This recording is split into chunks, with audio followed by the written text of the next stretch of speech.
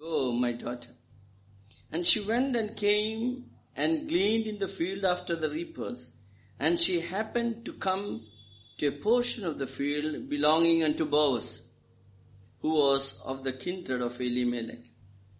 And behold, Boaz came from Bethlehem, and said unto the reapers, The Lord be with you. And they answered him, The Lord bless thee. Then said Boaz unto his servant, who was set over the reapers, whose damsel is this? May the Lord bless the reading of the scriptural portion. As Brother Maxilin was held up in his workplace, I was asked to take these studies. So I was thinking what I should take. Sometimes back when he was absent again, I took the studies. I think we have completed half the way that portion. I thought I will complete that portion which I left behind. I don't know how many of you remember. What was the portion which I took it from the Book of Ruth last time? How many remember? You were not there, right? So, question is those who were present. Anybody? What I was talking about? Yeah, I was talking about the relationship. That's the main thing I was talking about. A successful life, as I told you, depends upon how we relate with others. Failure in our relationships is a failure of a life. Because a man is not a solitary being. There are so many types of animals we study, we know that. There are some solitary animals, they like to be alone. They don't want to have any companion. But there are some animals, they are gregarious. That means they cannot live alone. They always want company. So, human beings are such that he cannot live alone. He needs someone to be associated with him. That's like a sheep, you know. Sheep, they cannot live alone. Goat can live alone. The difference is that. But a sheep always wants to be together. Even though they fight each other, there's always their habits, but they love to be together. So, human beings are like that. It's not a solitary life we have to live. We need to have interrelationships. Interactions are very, very important. And as I told you, how we are successful in relating with others is also our success of our life. As I was this month, July month, we were talking about the Book of Ruth, various aspects. So I was considering about this aspect of interrelationship with the people. Of course, if you want, you can get the notes on that book. The entire article is dealing with that. When you get it, you can read that. So, this is an interpersonal relationship. As I told you, I had said that in this book, how many verses? 85 verses are there. It's a very interesting proof. 85 verses, out of 85 verses, 50 verses are a conversational type. That shows that it speaks about interrelationship. Because they are talking each other. So many people are talking each other. So that is what it is. And the meaning of Ruth? What is the meaning of Ruth? Friendship. That itself shows that this book is primarily speaking about a relationship. Now I had told you about, say, 7 relationships primarily on that day. First of all, we see the Elimelech's relationship with God. That is what we have seen. And we know that they failed in the whole aspect. Elimelech and family, they failed. Mainly, their relationship with God was diminished. It was not so strong. In my life, I have seen many people like that. Their life was miserably failed because their relationship with God was not proper. If your relationship with God is not proper, definitely it is going to be a failure. Apparently it may look very successful, but finally at the course of time we can say it is a failure. So most important thing is that we need to maintain our relationship with God. Our personal relationship with God. Our God is a God who is interacting with every individual.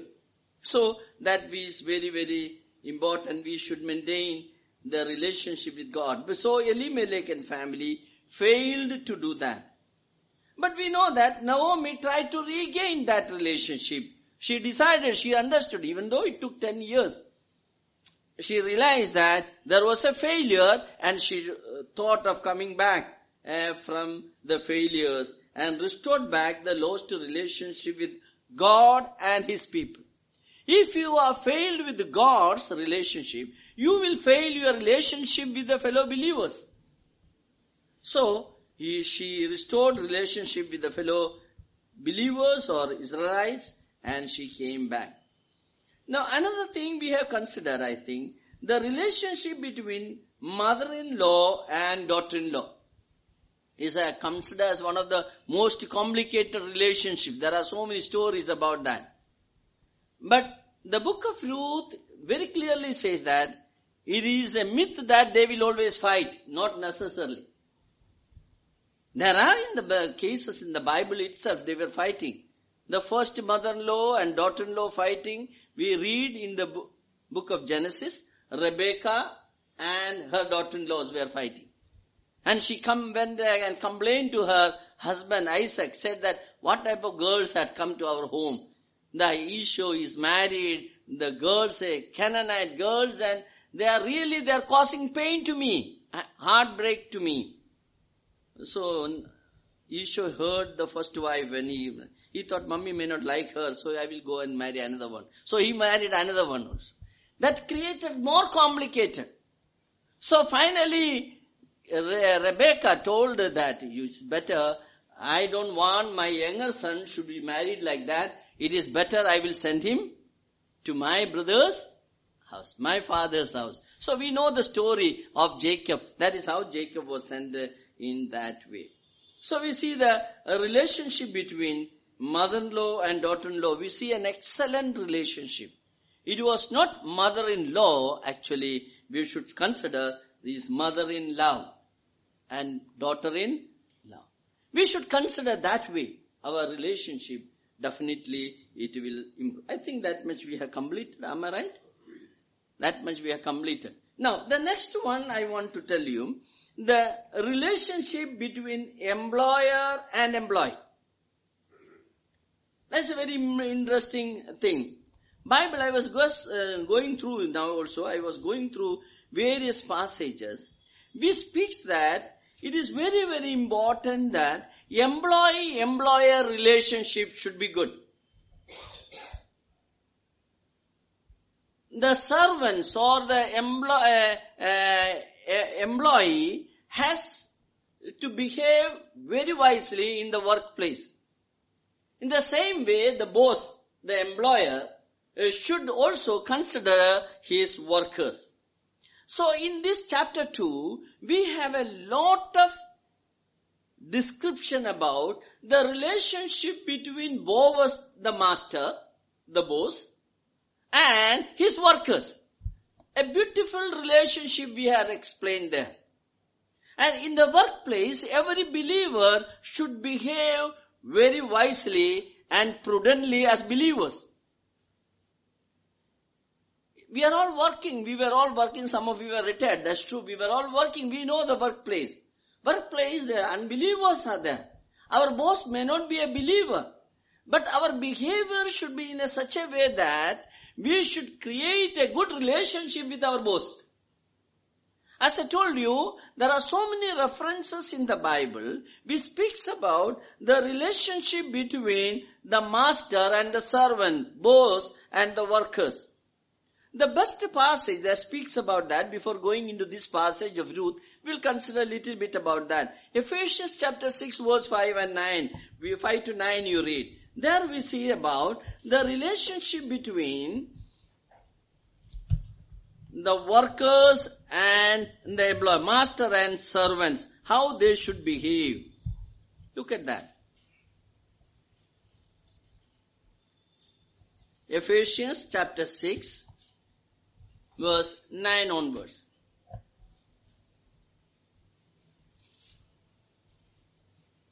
Sorry, 5 to 9.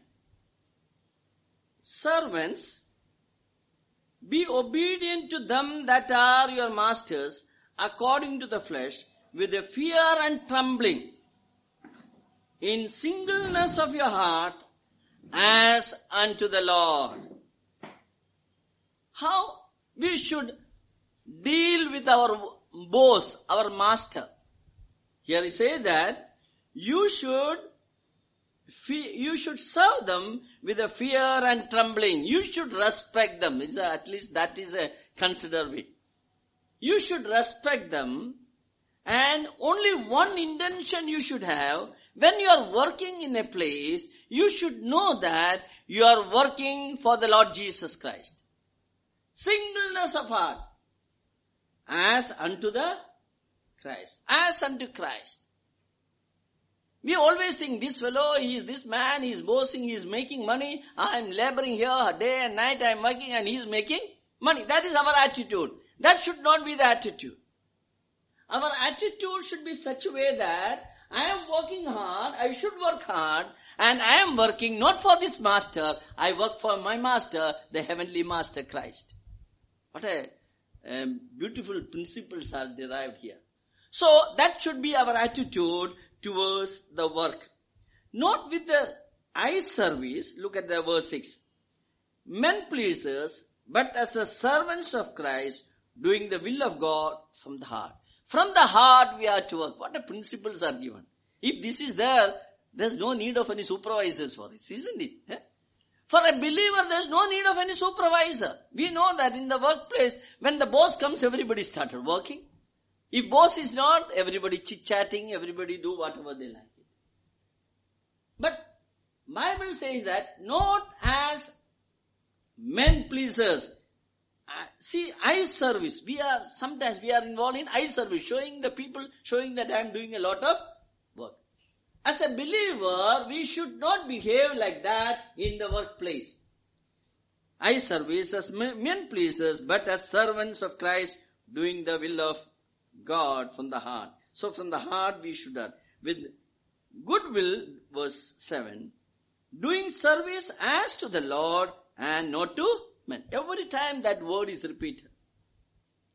Youngsters are here, some of you are studying. Now in the course of time you have to go to work. You should understand this principle in your life. When you go to work, you are working to the Lord. You are not working for your boss. And you have to work from your heart, depth of the heart. I still remember when I was working, sometimes I wonder whether I was a fool or not. 10 years of my first 10 years of my service, I never took even one casual leave. Forget about other leaves. Of course, we don't have to have other leave, only vacations are there. Not even one leave I have taken within 10 years of my service. The first leave I took after 10 years for an examination, for my MPhil examination. Then my boss looked at me, oh, you are taking leave. I said, 10 years I never took leave. They are not happy. Boss will never be happy. All my leaves were lapsed. But after 10 years, he was looking at me. This happens. Then I said, I was a fool. That's what I said. I was a fool. I am eligible to take my leave. Afterwards, of course, I took a few leaves here and there. But what I mean is that I was serving, definitely, I was serving there not to please my boss, whether he is there or not. I was faithfully serving. That's why when I resigned, they were not willing to leave me. 3 times I had to send my resignation to relieve me from my work. That should be when believers are working, they should work that the boss should not feel to leave him. They want him. My elder brother, he was working in Saudi Arabia for 40 years. The company was not willing to leave him. They said, you continue. He's now around 70 years, 68, 69 year old. He said, no, it is enough for me. I want to go. My wife is also not well. Then they said, okay, we will relieve you. But from you go to India, even from there you can work for our company. Even now at the age of 68, he is working for the company in Saudi Arabia. You can imagine. They found that he is faithful. So, there are so many examples I can give you. So, people will not feel to leave you if you are faithfully working. Here is very clear principle is given. You should work as you are working for the Lord.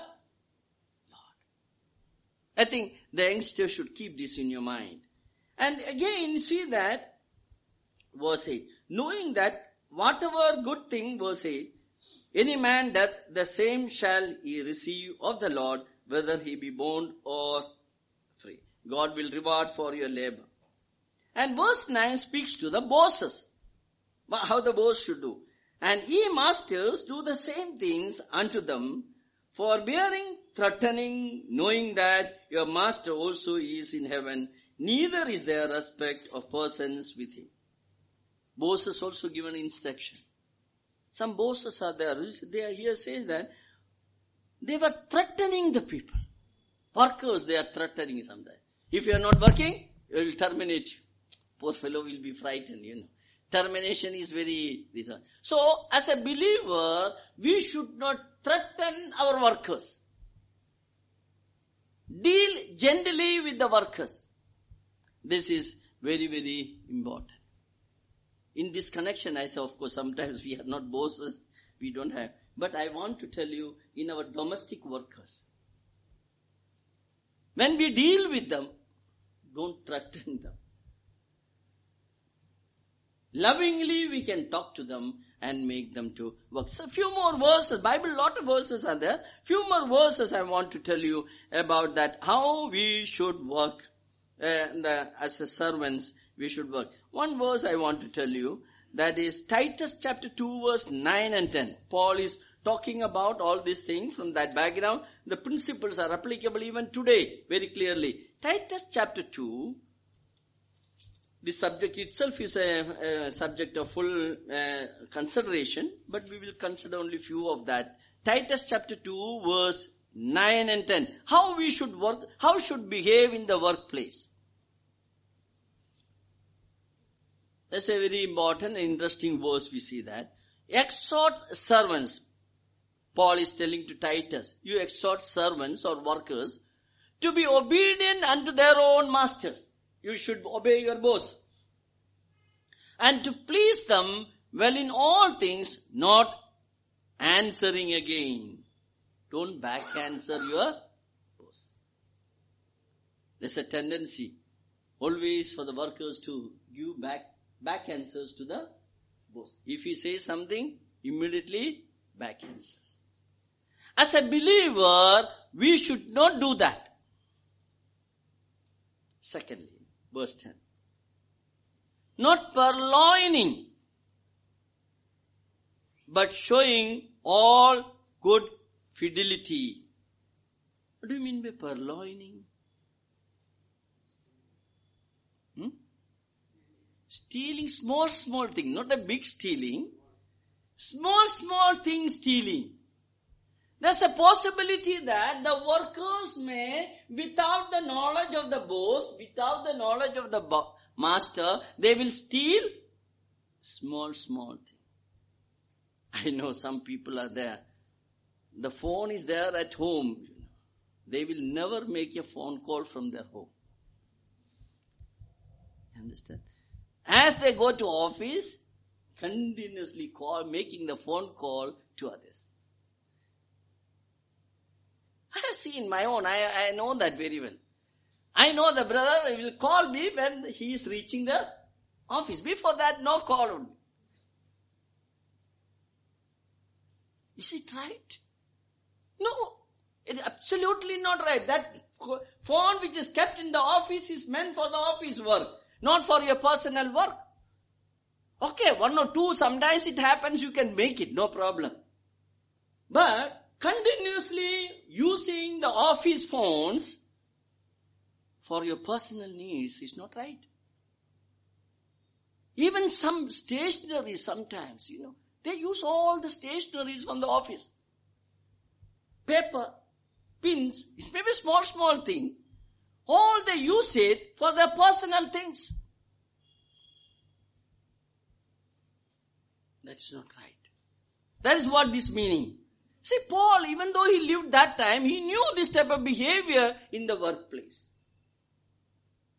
I remember about the testimony when, I don't know whether you heard about that brother, but we sing in Malayalam. There's a great hymn writer. There's a wonderful hymn writer, E.I. Jacob. I don't know how many of you know him. He was a great hymn writer in Kerala. He died at the age of 45 or 50, less than 50 he wasn't. He has hundreds of hymns he has written. Even now in Kerala, during the worship songs are written. And so many songs they used to sing. Hope you maybe heard about Mimi Andy here, who was lived here. Mimi Paul and Mimi Andy here. Some of you might know her. Her daddy I am talking about. And when he passed away, he was working in a government office. When he passed away, the testimony given there, they say that this man never used even a paper from the office for his personal needs. What a wonderful testimony it is. We have to understand these truths, that purloining is not right. See that not purloining and showing all fidelity, that they may adorn the doctrine of God our Savior in all things. So in the workplace, we need to be extremely faithful. That is very important. So the servant should be careful that the name of the Lord should not be blasphemed. Now again, I would like to tell you a few verses. Just we will read few verses. 1 Timothy chapter 6 verse 1. There also instruction is given to the servants. 1 Timothy chapter 6 verse 1. Let as many servants as are under the yoke count their own masters worthy of all honor, that the name of God and his doctrine be not blasphemed. So we should behave in the workplace in such a way that the name of the Lord should not be blasphemed. The people should not know what type of believer, he carries Bible and doing all this nonsense. That should not happen. That is what it means. Not only that, he preaches one thing and doing something. Doctrine is blasphemed. So preach what you are practicing. Otherwise, you are not right. So we see that a worker should be faithful in the... Secondly, verse 2 is also very important. Says that, suppose you are serving a believer master. They that have a believing masters.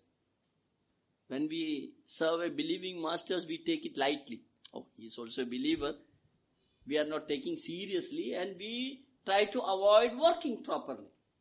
And Paul says that is a possibility is there. They that have a believing master, let them not despise them because they are brethren, but rather do them service because they are faithful and believed partakers of the benefit. These things teach and exhort. Don't exploit the believing masters. Try to serve them faithfully. They are believers. That doesn't mean that you can serve as you like it. So here, in all these verses, there are so many other verses also there. It suggests that we have to be very faithful in our workplace. Sometimes we wonder, if our boss is very tough and rude, what we should do? He is very rude. What Peter says about it, that also we will read. Peter says that even if our boss is very, very rude, we have to be obedient. 1 Peter chapter 2 verse 18. 1 Peter chapter 2 verse 18.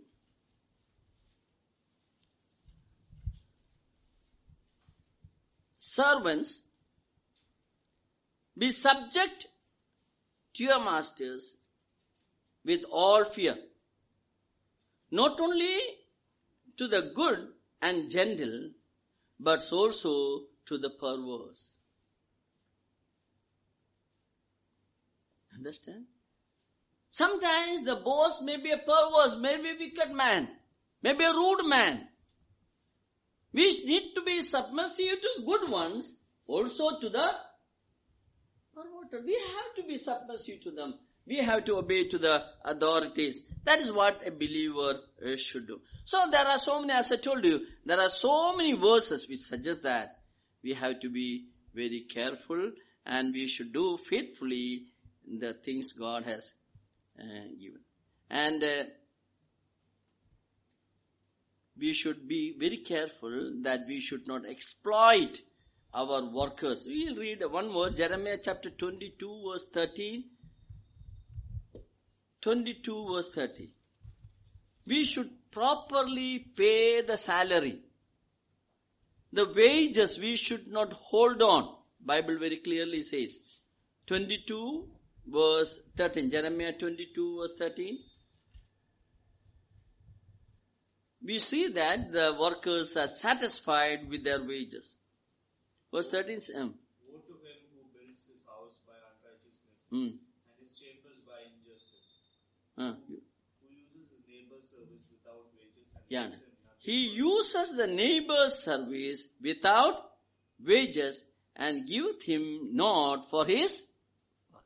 So the proper wages should be given to the workers. We have no right to exploit our workers. As believers, we should give to them. So there are so many things are mentioned about the boss and the servant's relationship, master and the servant relationship. And we have a beautiful illustration, example of master and the servant relationship in the book of Ruth. I think we will take up that. There are, at least I have noted 4 things about Boaz. How wonderful he was a master, beautiful master. 4 things we will consider this evening time from the book of Ruth. First verse, chapter 2 verse 4 we can read. First relationship. Chapter 2 verse 4. Boaz is coming from Bethlehem. Then, as soon as he came, he said unto the reapers or the workers, what he said? Lord be with you. Greetings. He greeted them. And immediately what the workers said? They answered him, Lord. As a boss, it is very important. Here is a boss. He is a boss. He can just look here and go. He need not to speak about them. Why he has to say good morning to the workers? Sometimes we people, that the bosses are thinking like that. Why should I say good morning? Instead they should say the good morning. The boss is thinking that the worker should say, but who said first? The boss is telling first. Boss is telling good morning. In our modern language we can say. The teacher, who is waiting? The teachers, we know, we are teachers and students are there. When the teachers, the children see the teacher, immediately students will say, good morning, sir. That's a normal tendency. But we need not to wait for like that. Even when the teacher enters in the class, the teacher first says, good morning, children. Immediately, children also will be responding to that. So here we see the relationship building up is that way. In a workplace, we can build up a relationship by giving greetings. Otherwise, tension will develop. When the boss comes, oh, he is very serious. He is not talking only. When he is serious, people should be afraid. People will be frightened. They don't like to see the boss. But if boss starts us greetings, there will be a cordial relationship will be established. So the first thing we see here, Boaz is saluting his servants. Then, immediately in verse 5, as soon as he reaches here, we see that he was so observant of the whole field. It's a vast field. It's not a small field, you have to understand. Hundreds of workers are there. He's a very rich man, wealthy man. We read that he was an immensely wealthy man. But as soon as he came, he observed. Immediately he found that there is a newcomer here. That means the surveillance. He was very keenly observing what is happening in the field, in the workplace. A boss should be vigilant and carefully observing one. Surveillance should be there. He should observe what is happening.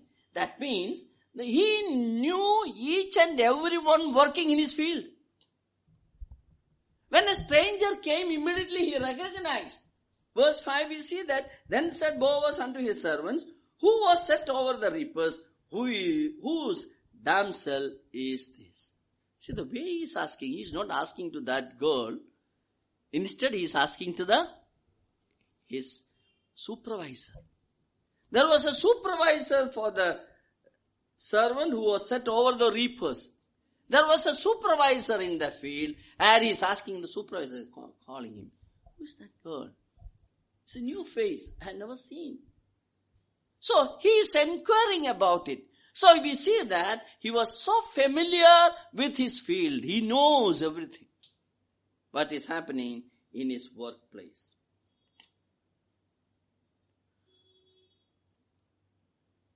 Then we see that in his workplace, there is absolute satisfaction. The workers need to be satisfied. The maximum productivity from the workers, if you want to get it, you make sure that workers are satisfied. Otherwise, your productivity will be reduced. Look at that here, how he is satisfying them. Verse 13, you look at that, what she says about the Boaz. Ruth is saying.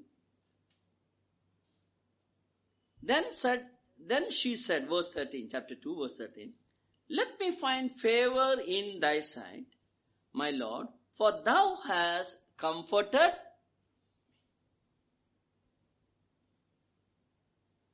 And because thou hast spoken friendly unto thine handmaid, though I be not like unto one of thine handmaid.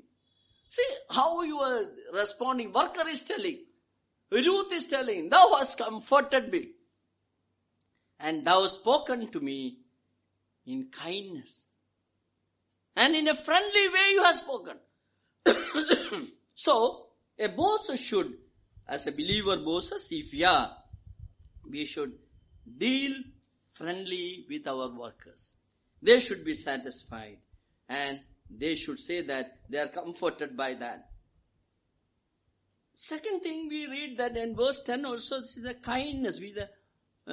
Why have I found grace in thy sight, in thine eyes, that thou should take knowledge of me, seeing I am a foreigner. So we see that Ruth found the grace in the sight of Boaz. So many words he used.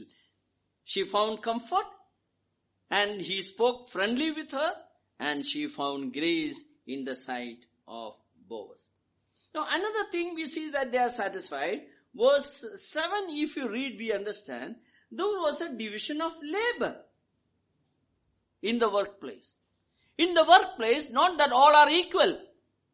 There should be a division of labor. Verse 5, we read about the division of labor. We say that a servant who was set over the reapers. There was a supervisor for the reapers. Now verse 7, you read that. And she said, I pray you, let me glean and gather after the reapers among the sheaves. So she came and hath continued even from the morning until now, except that she tarried a little in the house. Of course, he gives the details about it. Verse 9, okay. 9 we see that. Let thine eyes be on the field that they do reap, and go thou after them. Have I not charged the young men that shall not touch thee, and thou art thirsty, go into the vessels and drink of that which the young men have drawn. So there are certain young men were appointed. They are not reapers. They are not supervisors. They were appointed to bring water. It's not easy to get water. A hard labor. So the young men were appointed to collect water for the reapers. Hundreds of reapers are there.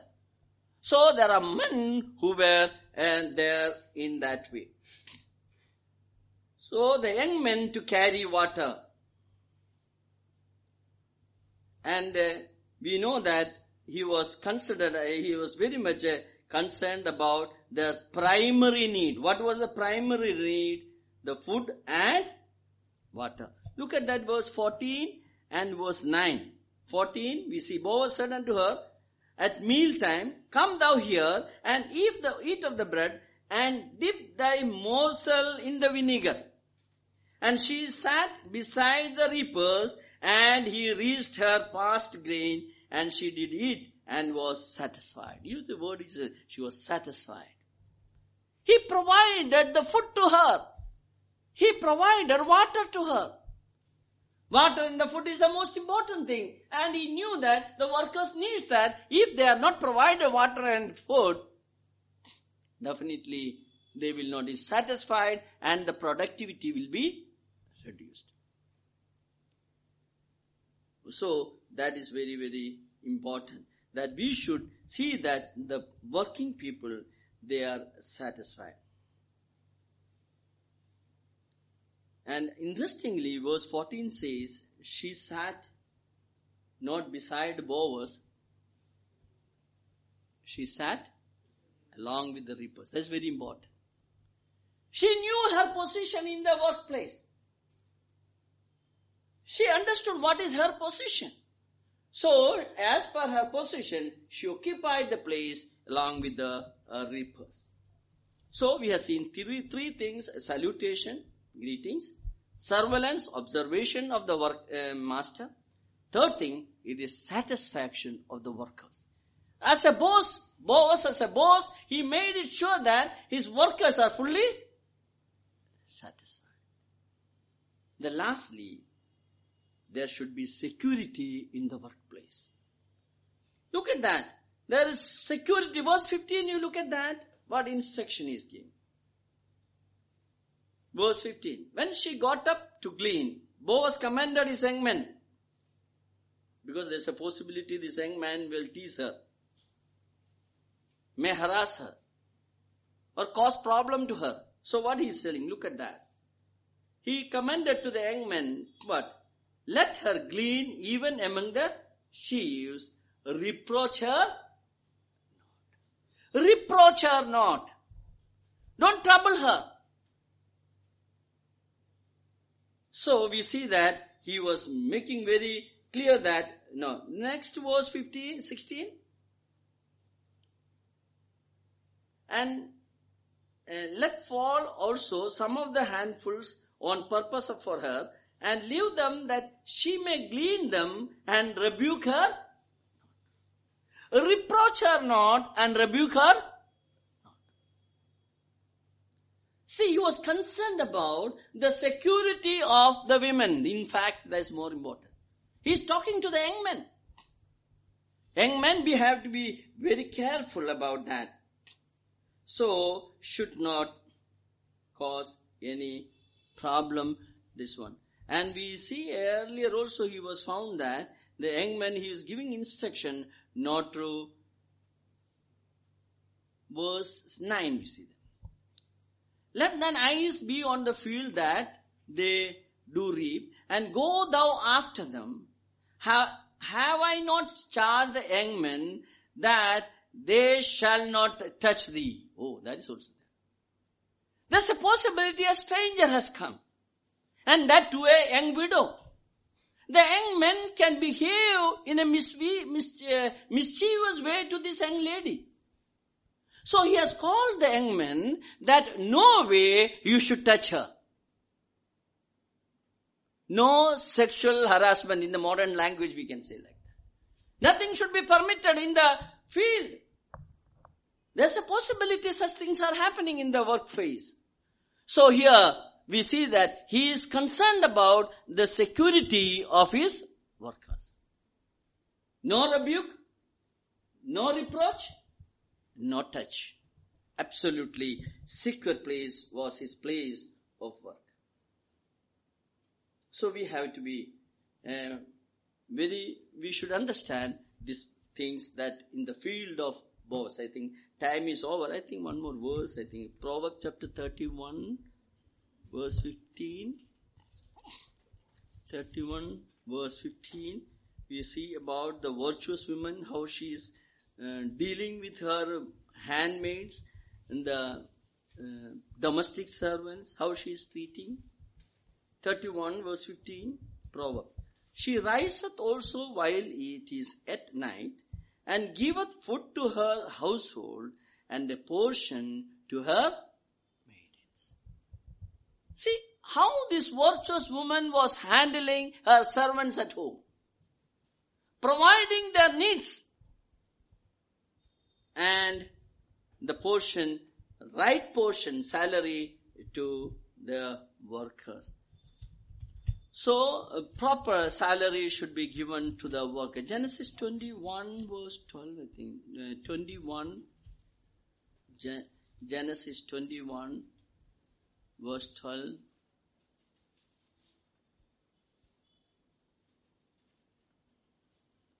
And God said unto Abraham, let it not be grievous in thy sight, because of the land and because of thy born women, in all that Sarah hath said unto thee, hearken unto her voice, for in Isaac shall thy seed be called.